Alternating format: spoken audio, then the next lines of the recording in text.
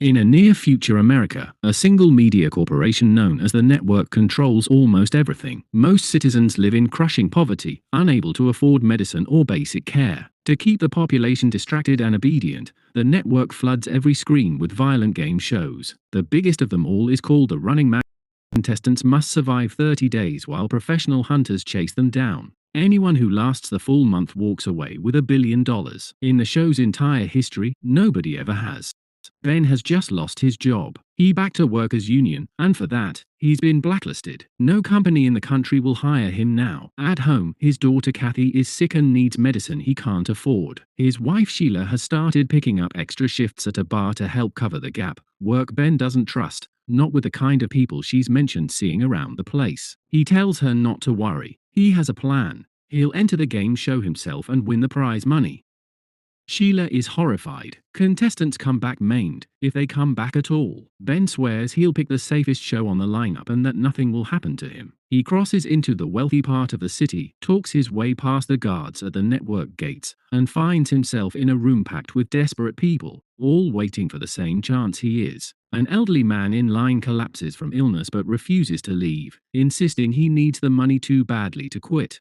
Ben catches him as he falls and calls for help. Instead of assistance, the guards accuse Ben of breaking protocol, beat him, and drag him out of line. A warning goes on his file. Furious, Ben slams his fist into a screen. That single act of defiance earns him a tracking bracelet and a one-way trip to Elevator 6. There, he meets Tim and Jenny, fellow contestants trying to build alliances before the trials even start. Everyone is put through grueling physical tests, endurance runs, strength drills, and Ben ends up helping Tim get through his. When a guard tries to punish him during a break, Ben fights back hard enough to send the man running. Later, in the psychological evaluation, Ben's answers come out raw and unfiltered, enough to get him flagged as the most volatile, most unpredictable applicant in the group. It's exactly the kind of profile the network loves. Those who make the final cut are handed brightly colored jumpsuits. Ben and Jenny both receive red, with targets printed across their backs. They've officially been cast for the Running Man. Ben is brought before the show's producer, Dan, and asks to be moved to a different, less lethal program. Dan offers him money to reconsider instead, reminding him the Running Man pays out daily just for staying alive, far more than any other show on the network. He also points out the obvious: blacklisted as he is, Ben has no other future waiting for him anyway. Thinking of Kathy, Ben signs. He's introduced to a Family Alliance representative, who explains that Sheila and Kathy will be relocated to a safe house under false identities while he competes. He's given exactly one phone call before the game begins. He uses it to tell Sheila what he's done and promises her he'll win.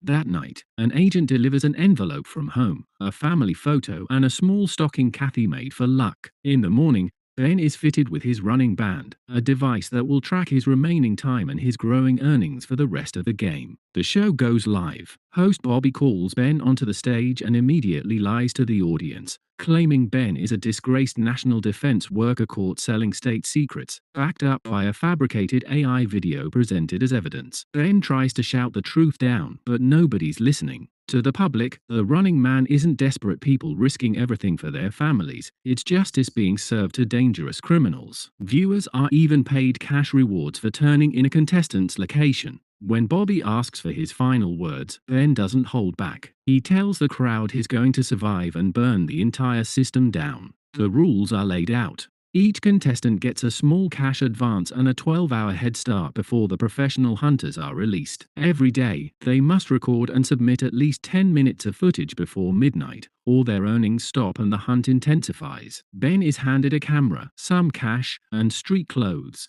and sent out into the world alone. A cab driver recognizes him almost immediately and threatens to report his location unless Ben poses for a photo. Ben pays and gets out fast, running through the streets until he reaches an old friend, Molly, who deals in black market goods. He asks her for fake IDs and a weapon. Molly is furious to learn Ben actually went through with entering the game, warning him that people are already hunting for him and that he's put her whole operation at risk. But once he hears about Kathy's illness, he agrees to help, disguising him as a traveling businessman and warning him to stick to crowded, wealthy areas where people are less likely to sell him out for cash. Ben takes a train to New York. The moment the hunt officially begins, a young boy tries striking up conversation on the train. Ben scares him off. The kid comes back just to tell him, almost proudly, that he's growing a mustache. In New York, Ben checks into a hotel, but the receptionist notices his fake ID photo shows facial hair his real face doesn't have. Alone in the room, Ben drops the disguise, records his daily tape showing himself asleep, and drops it in the collection box before midnight. His bracelet confirms his first bonus payment. Meanwhile,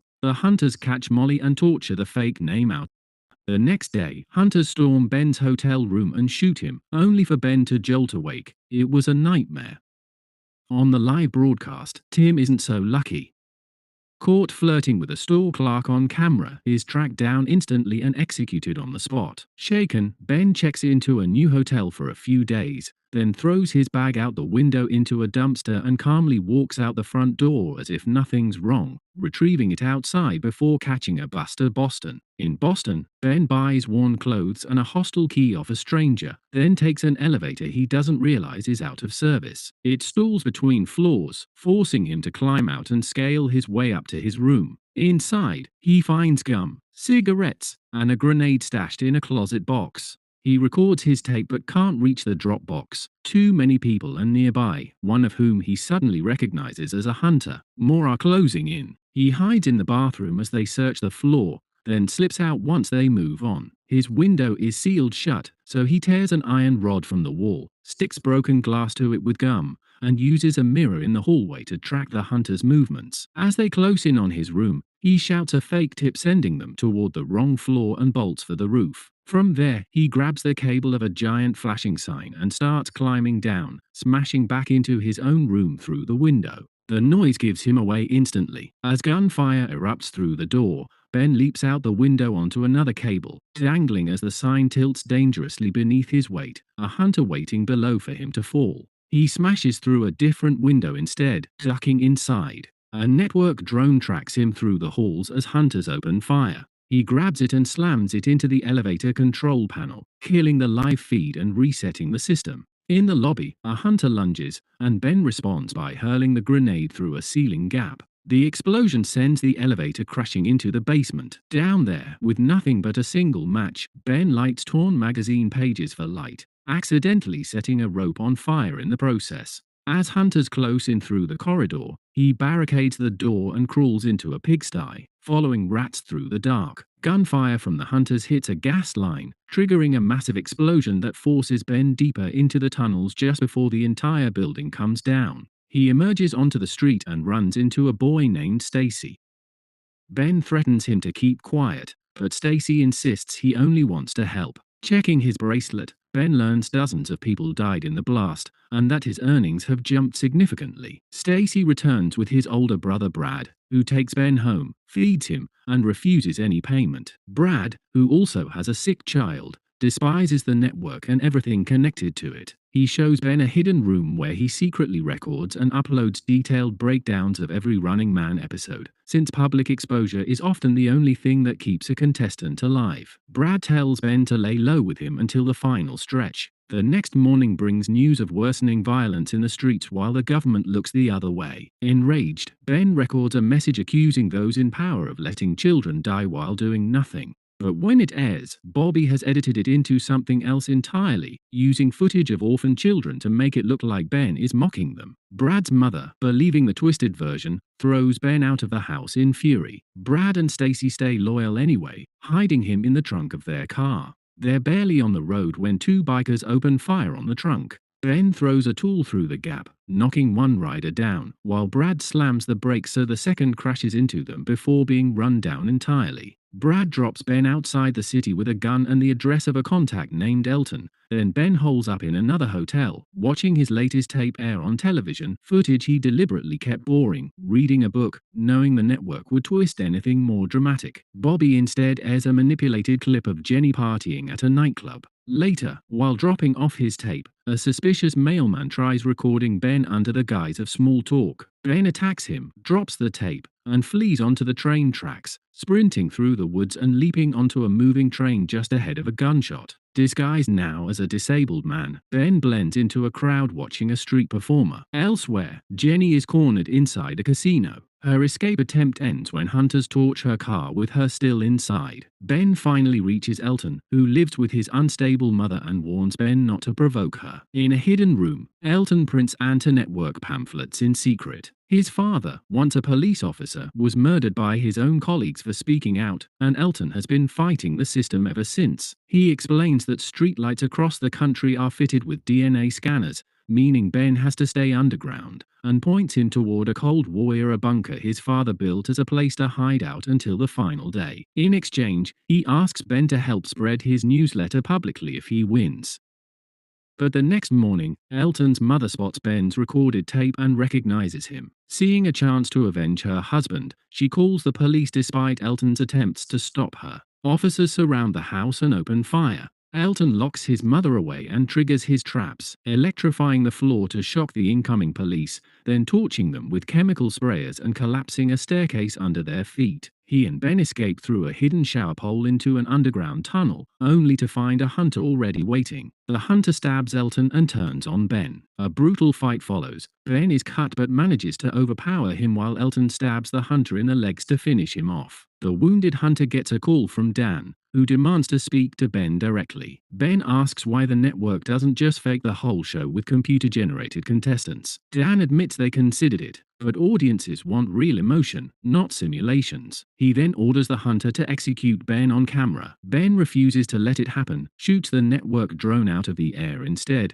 and escapes with Elton into the forest, a helicopter now tracking them from above. Elton tells Ben to leave him and keep running. Before Ben can argue, a sniper round from the chopper kills Elton instantly. Surrounded now, but under orders not to kill him, since the network wants Ben captured and executed live. Ben rigs a nearby explosive-laden car, drives it onto a bridge, and jumps clear as it slams into a hunter and detonates. He drops into the river below, his bracelet confirming another bonus. Making his way through fields and villages toward Elton's bunker, he discovers the government demolished it to build over the land. With nowhere left to go, he spends the night in an abandoned house, holding onto the memory of his family to keep pushing forward. Desperate, Ben smashes into the first car he finds, driven by a young woman named Amelia, and forces her to drive. Police and drones swarm them almost immediately, but a sudden swerve onto the wrong side of the road buys them a narrow escape. Amelia calls him a monster during the chase.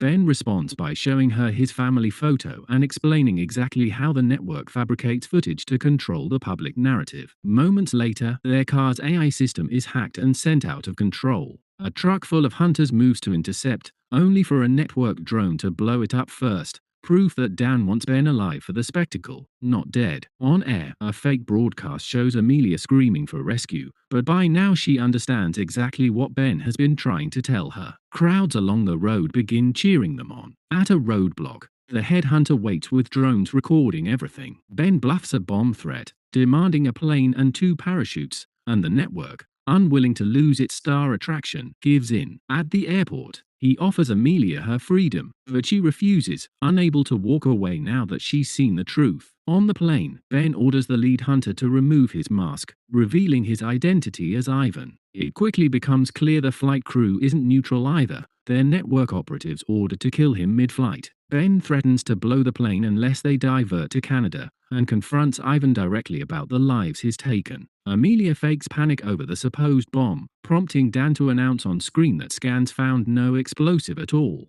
As Ivan raises his weapon to finish Ben off, the pilots turn their guns on Ivan instead, furious that Dan wanted the kill stage differently for ratings. Dan then offers Ben a private deal: kill Ivan and the pilots, become the network's newest hunter, and earn millions a year. Ben refuses outright. In retaliation, Dan plays footage appearing to show Sheila and Kathy being murdered by hunters. Ben, consumed with rage, destroys the screen in front of him. Amelia switches to another feed, where Bobby is broadcasting Ben's supposed reaction to his family's deaths, twisting it into confirmation that hunters went rogue and broke the rules to kill them. The public turns firmly against the network. A pilot moves to strike. Ben shoots him first and uses his body as cover as the cabin erupts into chaos.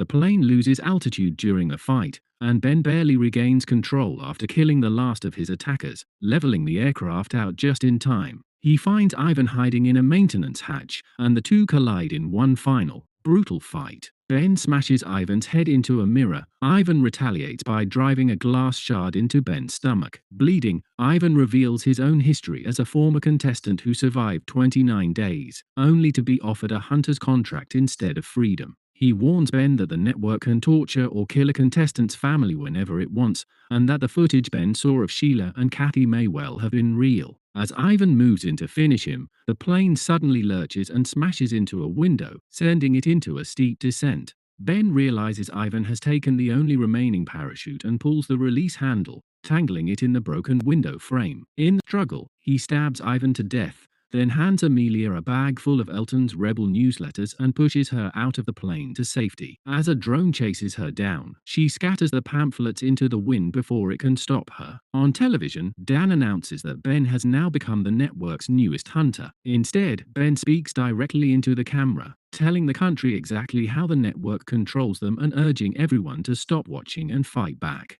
The network cuts the feed instantly, then doctors the footage to make it look like Ben deliberately crashed the plane into a crowded station, killing dozens. But Brad, reviewing the broadcast frame by frame, spots the inconsistencies and realizes it's all been staged. When the plane's black box surfaces and the real footage leaks online, public outrage explodes. Brad notices something else. The plane never had an auto-eject seat, meaning Ben might still be alive. Sheila and Kathy, living safely off Ben's earnings, are out at the market when they turn and find him standing there, alive, waiting for them. Back at the network, a terrified Bobby quits on the spot as an enraged mob storms the building. Dan tries to flee but gets tangled in a cable and falls. Ben steps out of the smoke and fire behind him, raises his weapon, and ends Dan's life, vowing to burn the entire corrupt system down for good.